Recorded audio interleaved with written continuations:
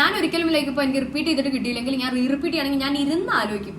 Okay, ഞാൻ നല്ല രീതിക്ക് ഇരുന്ന് ആലോചിക്കും. സൂപ്പർ റിപ്പീറ്റേഴ്സിന്റെ കേസിൽ നിങ്ങൾ ഉഴപ്പുന്ന കാര്യങ്ങളൊക്കെ നിങ്ങൾക്ക് എഷർ ചെയ്യാൻ പറ്റുമെങ്കിൽ മാത്രം എന്ത് ചെയ്യുക, ഒരു കൊല്ലം കൂടി എടുക്കുക. കാരണം ഒരു സൂപ്പർ റിപ്പീറ്റ് ആകുമ്പോൾ അത്രയും സ്ട്രെസ് പ്രഷർ ഉണ്ടാവും. ഫാമിലി ചിലപ്പോൾ സപ്പോർട്ട് ചെയ്തു വരും, ചിലപ്പോൾ സപ്പോർട്ട് ചെയ്തില്ല വരും.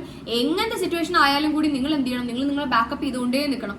അപ്പൊ അങ്ങനെ ബാക്കപ്പ് ചെയ്യണമെങ്കിൽ അതിനുള്ള ഫ്യൂൽ നിങ്ങളുടെ ഉള്ളിൽ ഉണ്ടാവണം.